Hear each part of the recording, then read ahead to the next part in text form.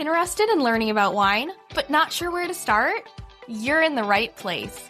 Welcome to the Cork and Fizz Guide to Wine podcast. I'm your host, Haley Bowman, and I'm so glad you're here.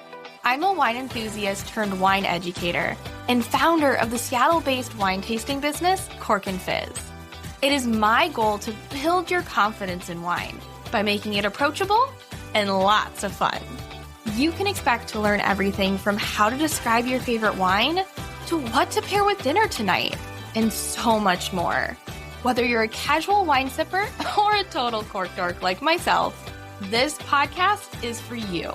So grab yourself a glass and let's dive in.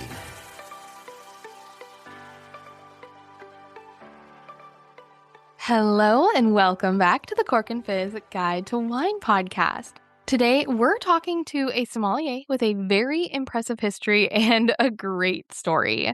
She's originally from the Swedish island of Gotland. Mia Martensson started her journey washing dishes at 14 before climbing the ranks of the world's most prestigious restaurants. Her career has taken her from sommelier roles at Michelin-starred landmarks in Stockholm to a 9-year stint in the heart of South Africa's wine country.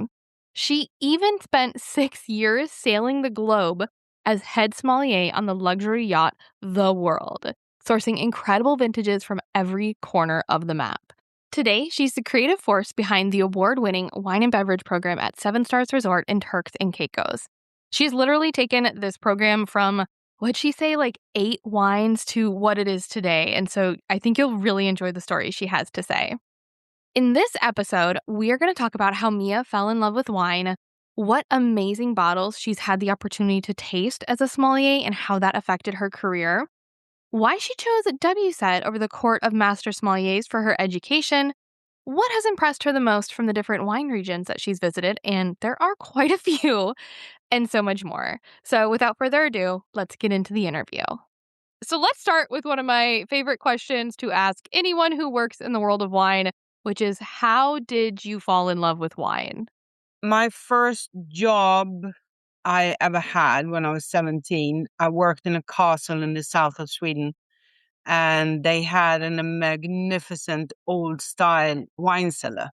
And those were the days where Sweden was a very big purchaser of Spanish wine. So my first induction into wine was through Spain.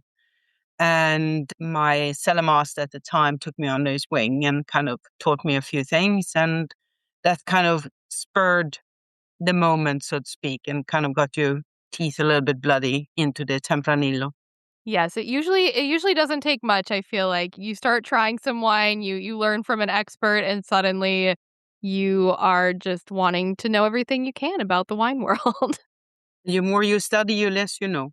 Yeah, exactly. So, well, let's kind of start. You kind of already got us started with like where you started your career, but you've had quite the journey of a career in wine. So, can you tell us about your path to becoming a sommelier?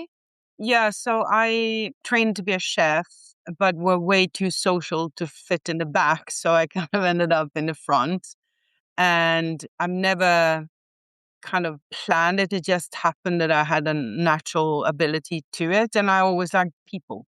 So it kind of fell in hand to that. But yeah, I worked in many different restaurants, and I was working down in the south of Sweden. And at that time, the most famous restaurant in Stockholm, and still is the Opera Cellar, which is the house of the Opera House, which has 5 restaurants in it. And it was a very famous chef his name was Werner Fögeli. And he and his friend had a house just around the corner from where I used to work.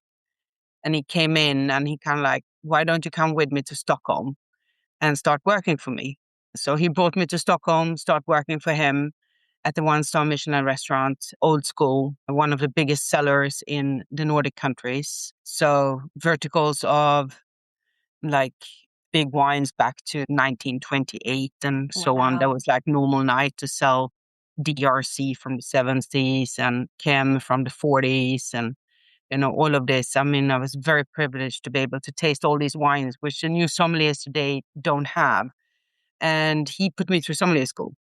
So I worked for him for 8 years until he passed. And then I continued to the only 2-star Michelin restaurant in Sweden at that time, in the Nordic countries, actually, in Stockholm. So I worked for them for 6 years. And then I went on a trip with the Sommelier Association that I was involved with to South Africa in 2004 and fell head over heels in love with South Africa and came down to work for 3 weeks while my restaurant was closed in the wintertime. And they offered me a full term job. So I thought I would stay for a year, stayed 9 years.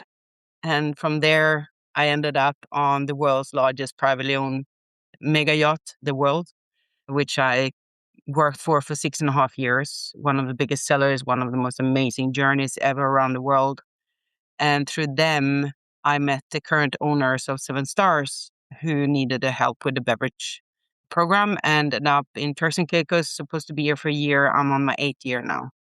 Wow. It's amazing how much just like hearing you talk about all the different things you've done of just like how much of it just came from like keeping your options open or like seeing an opportunity and being like, let's try it. Let's see what happens. And then sticking around because you really enjoyed it. I've been very fortunate. I also met a lot of great people along my journey who has helped me in so many ways. I could never be where I am today if I hadn't had those people around.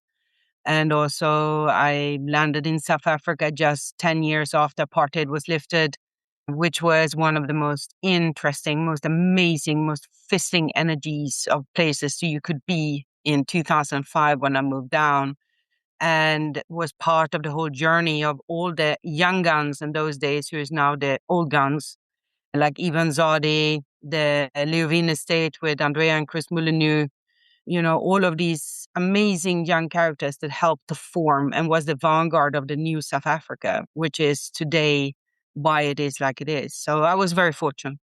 Just a quick reminder, if you are not on my mailing list yet, what are you waiting for? I would love for you to join. When you do, you'll get a free shopping guide that has 15 of my favorite wines under $15. Head to corkandfizz.com, scroll down to the bottom, and there'll be a little section where you can join the mailing list.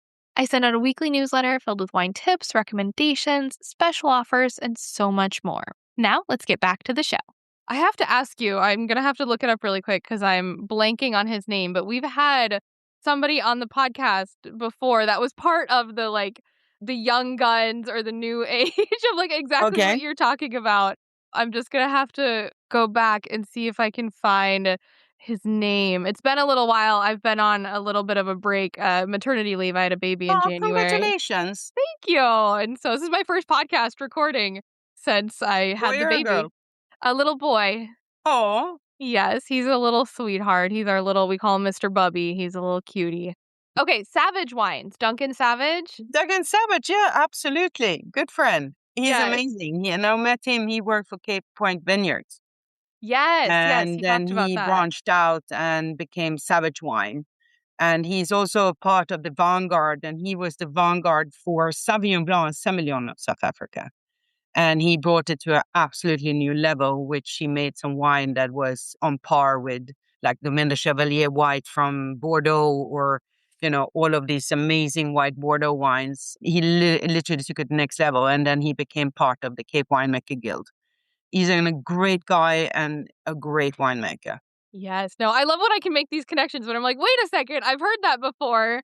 Yeah, he did a great interview on the show. It was fun and it definitely made me want to go to South Africa. That is a region I have not visited yet. So I definitely need to It's check like it Napa out. Valley on steroids, Okay, I like that. literally. But with the dollar that you come with now, you live like Oprah Winfrey.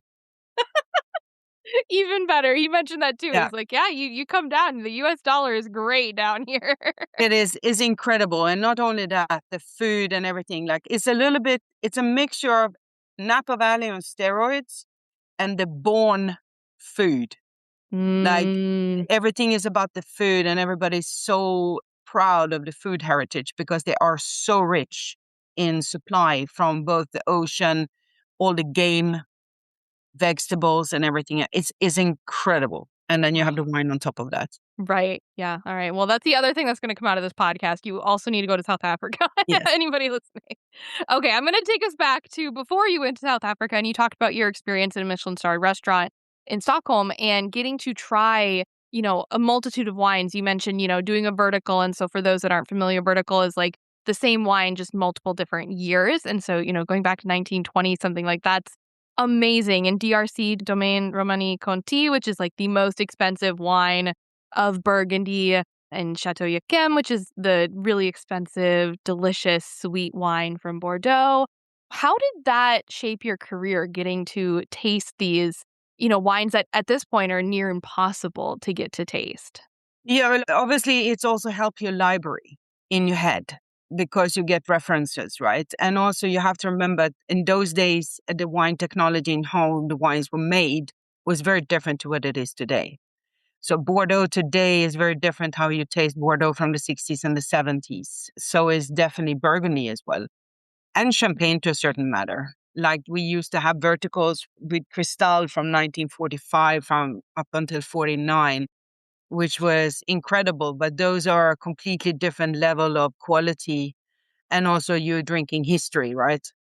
Which is really cool as well. And especially from Champagne, from the First World War and Second World War. But those wines and they kind of made you curious, obviously, to taste and sell as much possible. But I think that also spurred me in when I landed in South Africa, that there was something new and a little bit not so rigorous. Because when I worked in those days, it was very rigorous and it was quite snobbish in terms of how wine was perceived because people didn't have internet, they didn't have the access to what we have today. You had to be walked through a few restaurants before you kind of get to know what happened and how the wines were tasting. So South Africa was, or the new world, I would say, allowed us to start to taste new things and compare and whatnot. And also to find out more. I mean, blind tasting, when I graduated in 1999, blind tasting wine then was very different to what they do when they graduate today. Because today we have, 300 wines in China. We have wines in wineries in Japan, Taiwan. Sweden has 30 wineries. And obviously England, fantastic sparkling wine. So it's very challenging to be a sommelier today to taste in a different way. I'm not saying it's easier or it was when I grew up in the wine world, but it was just a little bit more different in reference frames than you maybe do today. But it's definitely helped shaping, but it's also helped me to build onto the career, especially coming out of South Africa, spending so many years there working in wine. But it's also, again, catapult me maybe more into as I get older, I tend to go back to the root system, which is obviously classic sommelier, Riesling, Burgundy. I love Bordeaux, but maybe not too old Bordeaux. Bordeaux, I like them a little bit like 10, 15 years old. But it's because I think my palate started there.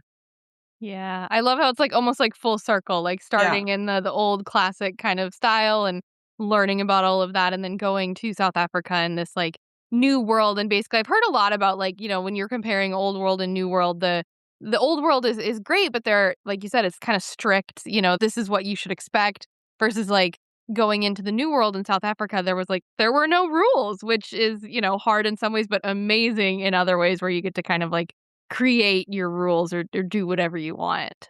But also the new world also helped to shape a lot of the old winemakers because many of the young guns that came out of the Rhone Valley and Burgundy who took over the properties, they're not allowed to grow anything else. They're only allowed to do what they're working with and so forth. Many of them I met in South Africa.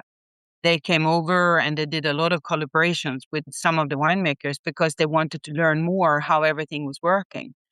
And they were so restricted to work in different ways with their own wines that they wanted to explore more. So on the winter time, they came to South Africa. So I met the late Alain Graillot, came quite often from Croissant-Métage.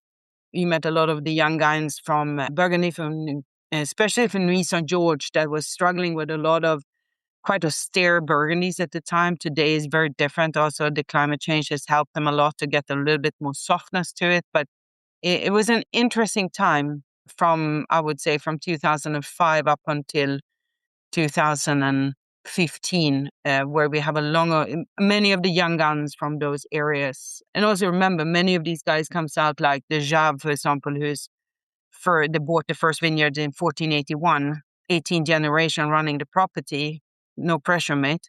You get quite restricted on what you're allowed to do and not to do. So obviously it's good for them to kind of branch off and do something else somewhere else in the world. It doesn't have to be South Africa. It can be Argentina or Chile. Obviously, US has been a huge impact in terms of Opus One, Mondavi, all of the rest who did a lot of collaboration and very important collaborations.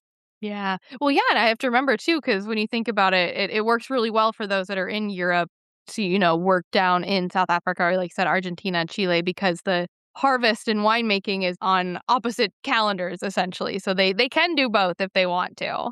Exactly. Exactly. Nice. Okay, well, let's dive into a little bit more of your formal sommelier training. So I noticed that for formal training, you went the WSET route, which is Wine and Spirit Education Trust. For those listening, typically I think of like formal sommelier training as usually WSET or the Master Sommelier route. What made you decide to go WSET? Wait, I know you think this is an ad, but it's not. So don't hit skip. I have a small favor to ask. Here's the truth. I will never charge you to listen to this show, but every episode takes time and money to create. So if this podcast has helped you pick a better bottle, learn something new, or just kept you company, would you consider becoming a paid subscriber? You can show your support for just $3, $5, $8, or $10 a month. To say thanks, every single supporter gets a shout out on the next episode I record. And if you choose the $10 tier, you actually get to pick a future episode topic. Setting up a subscription is a great way to show your love for the show. Just click the link in the description right now.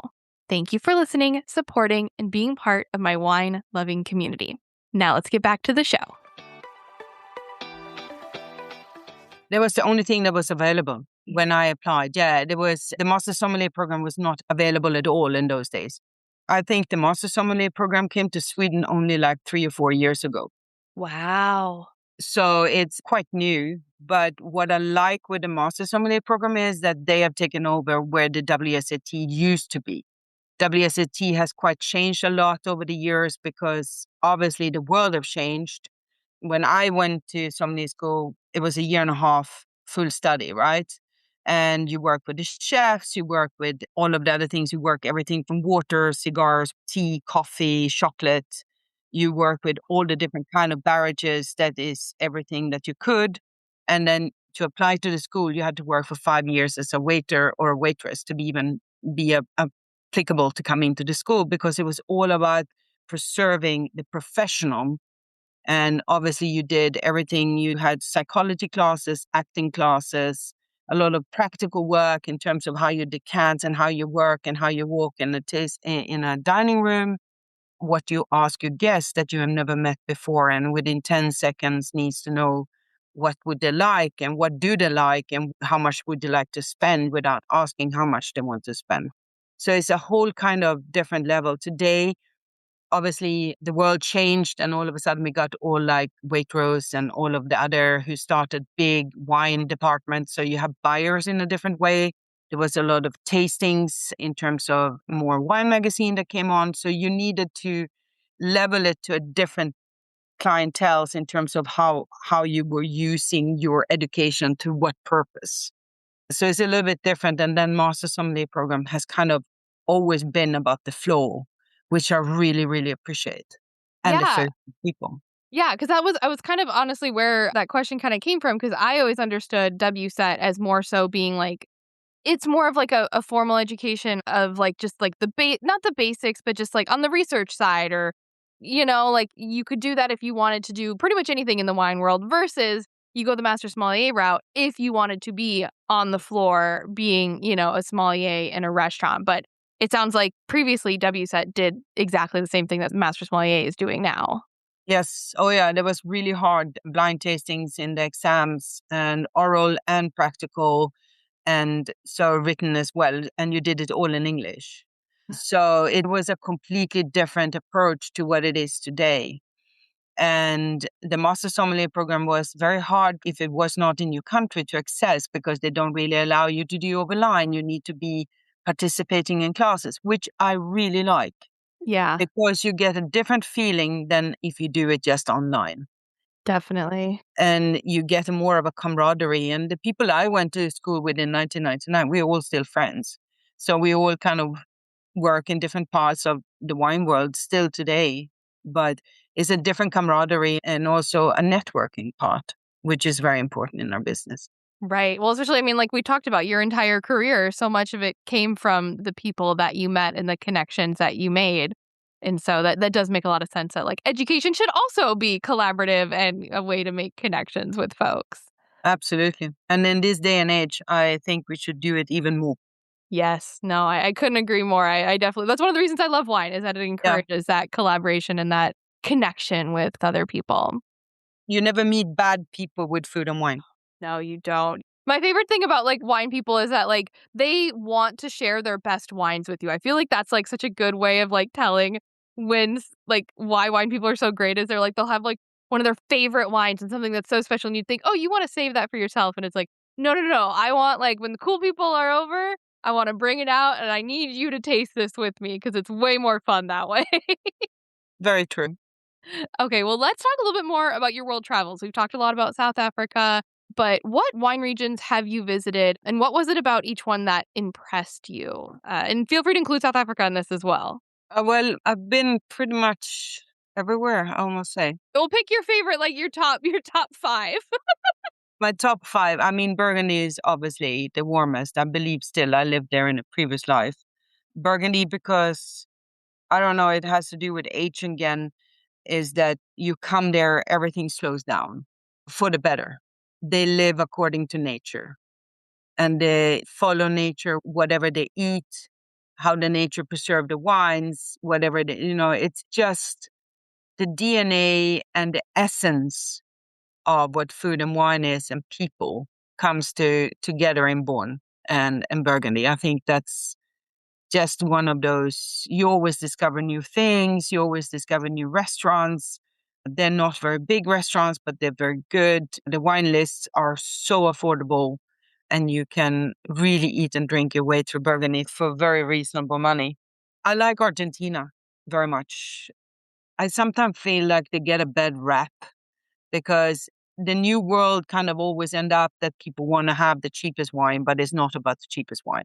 Argentina, Catena, who was the first one to start planting high vines, who kind of laid the foundation to what Argentina is today, they still don't get enough rep internationally. But I think it has to more to do with their logistics on how they get the wines out of the country, as the US gets more than the rest of the world do. So when we were there with the ship, it was always amazing to visit because you could get in to visit all the smaller producers and get. And I mean, some of the most amazing Cabernet Franc I've ever tasted in my life coming out of Argentina. Chile is also very interesting. I think still they have a little bit longer to walk than maybe Argentina do. The Carmenere is amazing. I really like the wines out of there, but it's also a very interesting country. And I think that the people are phenomenal coming out of Chile. I would say Australia is also one of those because everything is about how it do, mate. It's a very relaxed, very kick back. And coming out of South Africa, it's kind of I understand why the clink and also there's the cricket and the rugby and it's all about being down to earth and not very posh in any way. And they make some incredible wines in Australia today. Leeuwin Estates is most probably one of my favorite estates. Their Chardonnay is just outstanding. Mornington Peninsula making some extraordinary Giaconda. I love Giaconda out of there. Tasmania makes some amazing wines as well. Really, really good Sauvignon Blanc, Sauvignon blends. Outstanding. Mm. But again, it's very hard to get hold of this wine. But they're really incredible wine regions and people work very hard and they do a lot of work for it and they're not always getting older. But obviously South Africa is also part of it. But it's hard to pick one region because everything has its own reason and rhyme and reasons for it. But New Zealand is also amazing. But I would say that's kind of up there. But yeah. No, that was great. I loved hearing like kind of like the reasoning why behind each of them and where they stand out. I was thinking too about Australia as well. I've had Jane Lopes on the podcast before and Yeah. she's bringing in, she wrote the book about all the regions of Australian wine because there wasn't one really before and people just thought of, oh, they just have Shiraz and maybe about the Semillon from Hunter Valley, but Yeah. that's pretty much it. And it's like, no, there's so much more. And they've also started an import company, at least here into the US, to try to like help us here. realize that there is more to Australian wine than just Shiraz. Exactly. And also that book is amazing, by the way. Yes. And there's so much in Australia, but it's also so much history, especially when you look at the sweet wine. So Seppeltfield is called, which they make, it's a fortified wine, but they have a long, long history and they come in small, small bottles. And it's almost like a port wine. It's absolutely amazing wines. Amazing. And some of them have very high pricing on it, but no one really talks about them. Yeah. So it again is that they don't always get all the credit that they need. No. And I feel that some of that comes from, I remember talking to somebody on the show that like, some of it comes from like in the formal wine education, you didn't hear about any of that and you had to go experience it yourself. And so my hope is with like shows like this that we can kind of introduce people to it in a way that's very approachable and they can realize that, oh yeah, now I need to look for Australian wine that is different than that Shiraz that I see on the shelf all the time. Yellowtail. I love it. I hope you enjoyed this episode of the Cork and Fizz Guide to Wine podcast. If you loved it as much as I did, I'd so appreciate if you could take a quick second, rate it, and leave a review. And if you know a wine lover in your life that would love this episode, please share it with them. And if you'd like to show additional support for the show, you can become a paid subscriber. Click the link in the show notes and become a monthly supporter for $10 or less a month. That's basically like a coffee a month, and you'll be helping to support me creating this podcast. You'll get a shout out in the next episode I record. Plus, if you choose the $10 a month option, you get to choose a topic for a future episode.